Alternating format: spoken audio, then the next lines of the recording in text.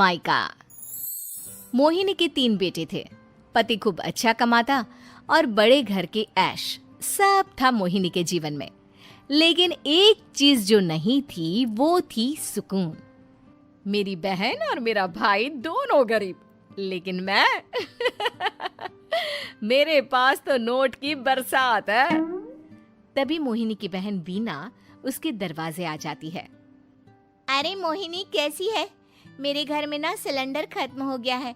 तेरे पास तो इतने पैसे हैं, भरवा देना मेरा सिलेंडर। पैसे जैसे ही आ जाएंगे मैं दे दूंगी। तभी मोहिनी का पति राकेश आ जाता है। क्या है बिना, ये अपने घर की परेशानी हम लोगों के घर ना गाया करो। तुम्हारी बहन को तुम लोगों पर तरस आ जाता है और वो पैसे देने लग जाती है। मुझे ये बिल्कुल पसंद नहीं है। ओ जीजा जी, नहीं, मैं तो वो बस अच्छा मैं चलती हूँ। वीना वहां से चली जाती है। उसके जाने के बाद अच्छा किया जो आपने सुना दिया। अरे न जाने क्या सोचकर मेरे घर आ जाती है कि जैसे यहाँ तो भंडारा भरा है। अरे कितना तो दे दिया। अच्छा जी, जरा 1000 तो देना। वो बिन्नी दीदी है ना, उनके घर जा रही हूँ। उनका पोता हुआ है तो मुंह दिखाई दे दूंगी। हाँ, उन लोगों के आगे तो शो ऑफ किया करो। वो खुद को बड़ा अमीर शो करते हैं ना। दिखा दे कि तू भी किसी से कम नहीं है। हाँ जी, इसी के लिए तो जा रही हूँ। मोहिनी तैयार होकर अपनी बुआ की बेटी के घर जाती है, जहाँ उसके पोते का कार्यक्रम चल रहा होता है। वहाँ वीना भी आई होती है। अरे वीना, क्या जरूरत थी यहाँ आने की? तेरे घर पर गैस नहीं है तो वो भरा लेती। क्या करूं मोहिनी, बुआ को बुरा लग जाता नहीं जाती तो। वैसे मेरे पास एक जोड़ा बच्चे का कपड़ा रखा था, वही अपनी चांदी के पायल के साथ देने जा रही हूँ। घर पर गैस थी नहीं, सोचा परिवार यहीं खाना खा लेगा, बाकी सुबह का सुबह देखा जाएगा। मोहिनी को बहन पर दया आ जाती है। वो पर्स से 1000 रुपए निकाल कर दे देती है। ले वीना, लेकिन पैसे वापस कर देना, तेरे जीजाजी हिसाब लेते हैं। मोहिनी भी क्या करती, गरीबी में बहन का सहारा ही उसके जीवन जीने का आधार था। फिर एक रोज, सुनिए, भाई के घर बेटी हुई है, मुझे माँ के पास जाना होगा। अरे उस घर में ना कूलर है ना एसी, कैसे रहोगी तुम? हाँ, वही सोच रही हूँ कि अकेली जाऊं, बच्चों को साथ ना ले जाऊं। चली जाओ, लेकिन ये जो तुम अपने गरीब परिवार से मिलने चली जाती हो ना, मुझे बिल्कुल अच्छा नहीं लगता। पता नहीं मैं भी कैसे मैनेज करती हूँ, लेकिन क्या करूँ। मोहिनी भाई भाभी के घर आती है। मोहिनी, कैसे आना हुआ? तू यहाँ हम लोगों के घर रह लेगी या फिर किसी होटल में रहेगी? क्या हो गया है माँ? मोहिनी को क्यों ऐसे बोल रहे हैं आप? अरे तू नहीं जानती अपनी ननद को, पैसे वाली है ना, तो ऐड कुछ ज्यादा ही है। मोहिनी को माँ की बात का बुरा नहीं लगता है, क्योंकि उसे पता ही नहीं चलता कि माँ उसे जली कटी सुना रही है। वो भाभी की बच्ची के साथ लेन देन करती है और वहाँ से चली जाती है। उसके जाने के बाद, माँ, क्यों आप मोहिनी को इतनी सारी बातें सुनाती हो? भाई का बेटा बोल पड़ता है। माँ, क्योंकि दादी जानती है कि बुआ के अंदर घमंड है। सही बोल रहा है मोहन। बहू भले तुझे ना दिखता हो, लेकिन मुझे और मोहन को दिखता है कि वो कितनी घमंडी है। मोहिनी मायके आती है, जहाँ गरीबी के कारण चीजें कम होती हैं। इस मोहन के बच्चे को काम पर लगा दो ना, किसी दुकान या किसी होटल में। बर्तन धो लिया करेगा, कम से कम 4 पैसे और आएंगे घर में। देख मोहिनी, माना तेरे पास पैसा है, लेकिन तेरे भाई के दिन इतने भी बुरे नहीं चल रहे कि वो अपने बच्चे की पढ़ाई रुकवाकर उससे बर्तन धुलवाए। मोहन माँ की ओर देखता है, जैसे आंखों से बोल रहा हो, देख लिया बुआ का हाल। हाँ मोहिनी, बात तो सही है, लेकिन अभी मोहन को पढ़ना है। आखिर तुम भी तो अपने दोनों बेटों को पढ़ा रही हो ना। मेरे बेटों से कैसे कंपेयर कर सकती हैं आप? अरे वो तो कलेक्टर बनेंगे।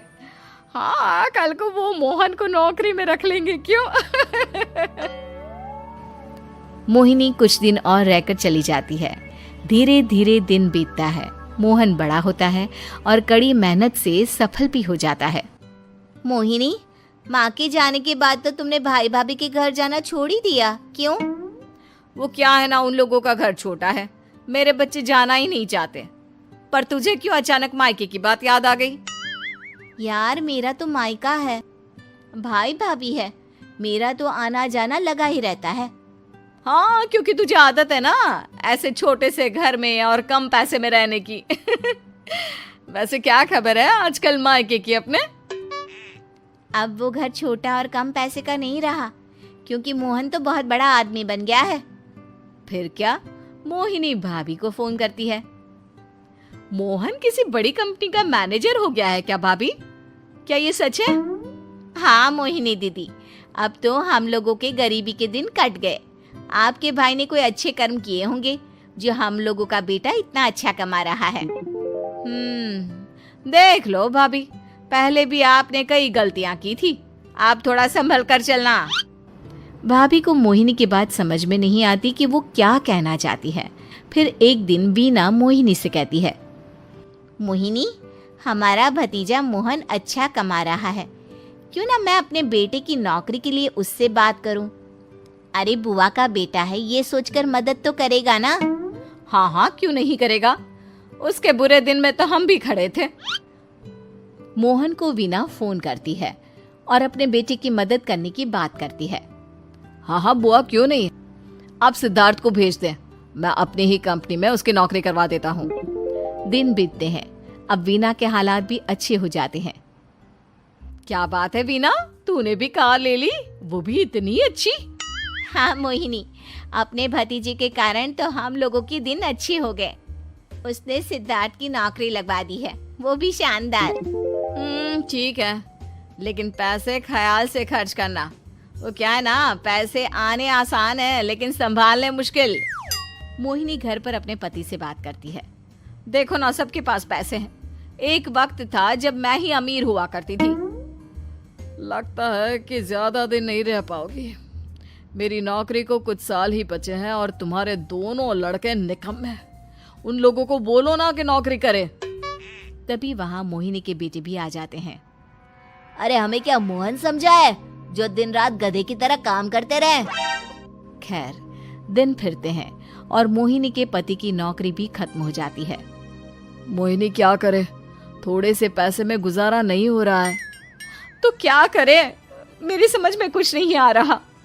मोहन को बोलो ना कि वो इन दोनों के लिए नौकरी देखे, जैसे सिद्धार्थ के लिए नौकरी देखी है।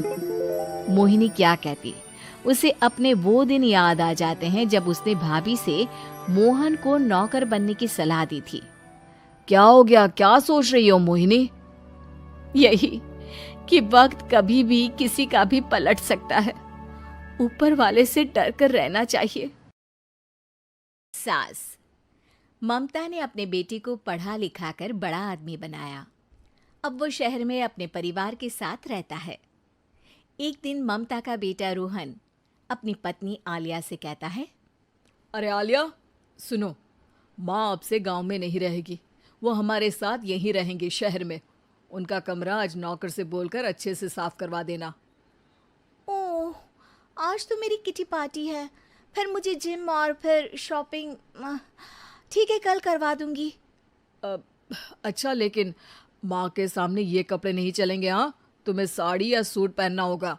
अरे बिल्कुल भी नहीं, मेरे मम्मी पापा ने इतना पैसा लगाकर शादी इसलिए नहीं की थी कि मैं अपनी मर्जी के कपड़े पहन ओढ़ भी ना सकूं। अरे चलो, गुस्सा मत हो, लेकिन कुछ दिन तो माँ की खुशी के लिए कर सकती हो ना। लेकिन आलिया मानती नहीं। माँ आती है सिंपल सी साड़ी, झोला और चप्पल पहनकर। अरे रोहन, मैं इनके साथ कैसे रहूंगी? मेरी फ्रेंड्स क्या कहेंगी? ये तो पूरी गंवार लग रही है। आलिया, माँ गांव में रहती थी इसलिए ऐसी हैं। तुम आज ही माँ के साथ जाकर उनकी पसंद की शॉपिंग करवा देना। इनके साथ घर के अंदर रहना मुश्किल है, बाहर तो मैं कभी भी ना जाऊं। रोहन को आलिया पर गुस्सा आ जाता है। माँ, ओ माँ। हाँ बेटा। वो माँ को ले जाने के लिए उनका हाथ पकड़ता है कि अरे माँ, तेरे हाथ अभी तक इतने कड़े हैं, तूने इसका कोई इलाज नहीं किया? अरे बेटा, इसका कोई इलाज नहीं। वैसे भी मुझे कोई शर्म नहीं कि मेरे हाथ मुलायम नहीं है, क्योंकि इन्हीं हाथों से मेहनत कर मैंने तुझे बनाया है बेटा। अगले दिन माँ, मैं ऑफिस जा रहा हूँ, कुछ लाना हो तो आलिया को बोलकर फोन करवा देना। रोहन के जाने के बाद आप ना आज कमरे में ही रहिएगा, घर में पार्टी है, मेरी सहेलियां आ रही हैं, मैं उन लोगों के सामने आपको नहीं ला सकती हूँ। ठीक है बहू, लेकिन तुम कहो तो मैं कुछ खाने को बना दूँ तुम लोगों की पार्टी के लिए। वो लोग सिर्फ कॉन्टिनेंटल या थाई फूड ही खाते हैं। कोई बात नहीं, कभी इंडियन खिलाने वाला कोई मिला नहीं होगा ना। मैं बनाकर कमरे में चली जाऊंगी। जैसे आपकी मर्जी। आलिया के घर उसकी दोस्त आती हैं, पार्टी होती है। अरे वाह आलिया, ये क्या है खाने में, बड़ा ही स्वादिष्ट है यार, इसकी रेसिपी मुझे चाहिए। हाँ, और ये दाल, ओ माय गॉड, मैंने तो किसी 5 स्टार में भी ऐसी दाल नहीं खाई है यार, तू कुक को यहाँ बुलाना। अब आलिया घबरा जाती है। हाँ हाँ हाँ, क्यों नहीं, माँ जी ज़रा बाहर आइए। आलिया की सास सिंपल सी साड़ी और गांव के अंदाज में आती है। अरे बहू, क्या हुआ? खाना पसंद नहीं आया क्या? बहू? अरे ये गांव से दिखने वाली औरत तुम्हें बहू क्यों बोल रही है? कौन है ये? वो हमारी नई नौकरानी है। सास बहू की बात सुनकर बहुत दुखी हो जाती है। वो सर झुकाकर जा ही रही होती है कि एक सहेली बोल पड़ती है। अरे कहाँ जा रही हैं माँ जी? वो उठकर उनके पैर छूती है। जीती रहो बेटा। क्या है ना, आपकी शक्ल बिल्कुल मेरी माँ जैसी है। पता है आलिया, मैं शहर पढ़ने आई और फिर शहरी हो गई, लेकिन मेरे माँ पापा तो आज भी गांव में रहते हैं, बिल्कुल इनके जैसे ही हैं। आप यहाँ बैठिए ना आंटी, आप सच में बड़ी खूबसूरत है और आपके हाथ का खाना तो लाजवाब है। काश ये मेरी सास होती। सभी सहेलियां सास को घेर कर बैठ जाती हैं और उनसे खाने की रेसिपी पूछ रही होती है कि तभी घर की बेल बजती है और रोहन आता है। अरे क्या बात है, आज आप लोग हमारे घर में? और ये लोग तो मुझे आलिया से ज्यादा माँ की सहेलियां लग रही हैं। क्या ये आपकी माँ है? लेकिन आलिया ने तो कहा कि ये उनकी नौकरानी है और इन्होंने भी नहीं बताया। वो नहीं बताएंगी, क्योंकि उनके लिए बच्चों की इज्जत और उनकी खुशी सबसे पहले है। मुझे माफ कर दो, मुझे इन्हें तुम लोगों से मिलवाने में शर्म आ रही थी कि तुम लोग क्या कहती। अरे अब तो हमें शर्म आ रही है कि तुम हम लोगों की सहेली हो। हाँ, जो माँ जैसी सास को नौकरानी बोले वो हमारी सहेली नहीं हो सकती। ये बोलकर सभी वहां से जाने लगती है कि सास बोलती है। आलिया की तरफ से मैं तुम लोगों से माफ़ी मांगती हूँ। उसने जो कहा उसके लिए मैं उसे माफ़ करती हूँ। अब तुम लोग भी उसे माफ़ कर दो, क्योंकि अगर तुम लोगों ने उससे दोस्ती तोड़ी तो फिर मेरे हाथ का खाना कैसे खाओगी? नहीं नहीं आंटी, जरूर आएंगे, लेकिन अब आलिया की नहीं बल्कि आपकी सहेली बनकर। गांव की बहू। क्या सावित्री, मैंने सुना है कि मालती की बहू ने अपने सास ससुर को घर से निकाल दिया है।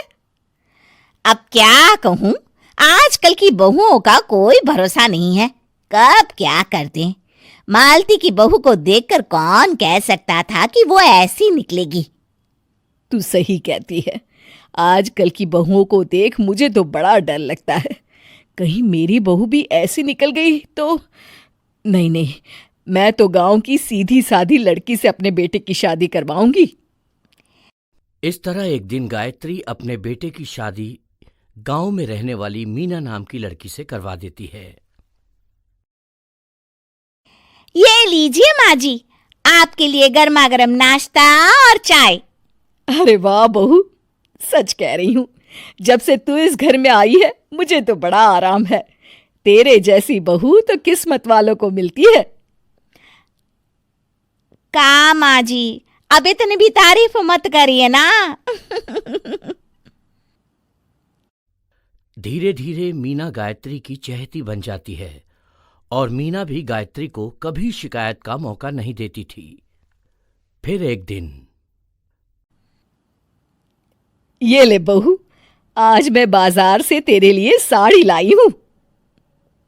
साड़ी देखते ही मीना का मुंह लटक जाता है। का माँ जी, ये भी कोई साड़ी है? ना, मुझे तो बिल्कुल पसंद नहीं आई। अरे लाना ही था तो कोई अच्छी महंगी वाली साड़ी ले आती मेरे लिए। आप तो ये सस्ती साड़ी उठा लाई।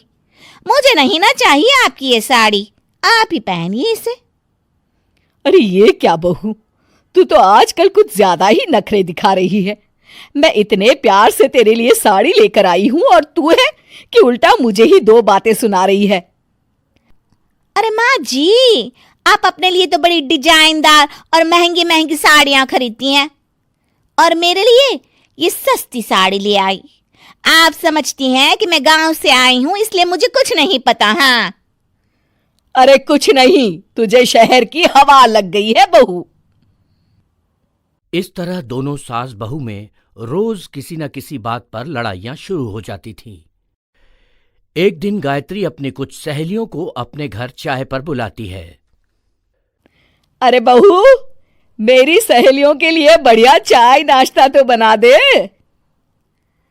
अरे माँ जी, अभी ना मेरे पास बिल्कुल भी समय नहीं है। मुझे ब्यूटी पार्लर जाना है। चाय नाश्ता आप ही बना लीजिए। हाँ, तू कब से ब्यूटी पार्लर जाने लगी है?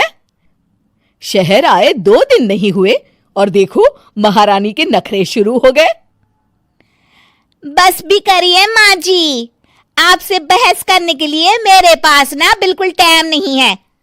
आपका क्या है, आप समझती हैं कि मैं गांव से आई हूं तो मुझे कुछ नहीं आता और आप जो रोज रोज मुझसे मेहमान नवाजी करवाती रहती हैं नौकरानी की तरह। मीना के कमरे में जाते ही, अरे ये क्या गायत्री, तू तो अपनी बहू की बड़ी तारीफ कर रही थी, लेकिन ये तो तुझे कुछ समझती ही नहीं। भाई मुझे तो लग रहा था कि तेरी बहू गांव की है तो सीधी सादी होगी, लेकिन इसने तो शहरी बहुओं को भी मात कर दिया। हाँ। अपनी सहेलियों के सामने अपनी बेइज्जती होते देख गायत्री आग बबूला हो जाती है। अरे क्या शहर और क्या गांव, मेरी तो किस्मत ही फूटी थी जो मैं इसे बहू बना के ले आई। भगवान जाने आगे और क्या क्या करेगी। अब तो मुझे कुछ ठीक नहीं लगता। तू जरा संभल के रहना, कहीं मालती की तरह तेरा भी हाल बेहाल ना हो जाए। अच्छा, अब हम चलते हैं। अपनी सहेली की बातें सुनकर गायत्री थोड़ी घबरा जाती है। अरे ये सुशीला क्या बोलकर चली गई, कहीं इसकी बात सच ना निकल जाए। दूसरी तरफ मीना सारी बातें सुन लेती है। अगले दिन से गायत्री अपनी बहू से कोई काम करवाने से पहले 10 बार सोचती थी। ज्यादातर काम वो खुद ही कर लेती थी। अचानक अपनी सास में आए इस बदलाव को देख मीना, लाइए ना माँ जी, मैं कर देती हूँ ना काम। एक बात पूछूं माँ जी, आजकल ना आप बड़ी चुप चुप सी रहती हैं और अब मुझसे झगड़ना तो दूर, मुझसे खुल के बात तक नहीं करती आप। कुछ नहीं बहू, ऐसे ही। मीना अपनी सास की मंशा भांप जाती है और मुस्कुराते हुए कहती है, अरे माँ जी, चिंता मत करिए, मैं आपको घर से नहीं ना निकालने वाली। ये डर आप अपने मन से निकाल दीजिए।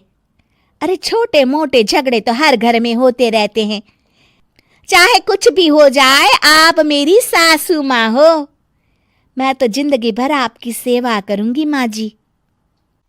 अपनी बहू की बातें सुन गायत्री को एक प्रकार का संतोष होता है और उसकी सारी चिंताएं दूर हो जाती है। गायत्री अपनी बहू को गले लगा लेती है। मुझे माफ कर दे बहू, मैं तुझे गलत समझ बैठी थी। कोई बात नहीं माँ जी, ये ना घर घर की कहानी है। हाँ।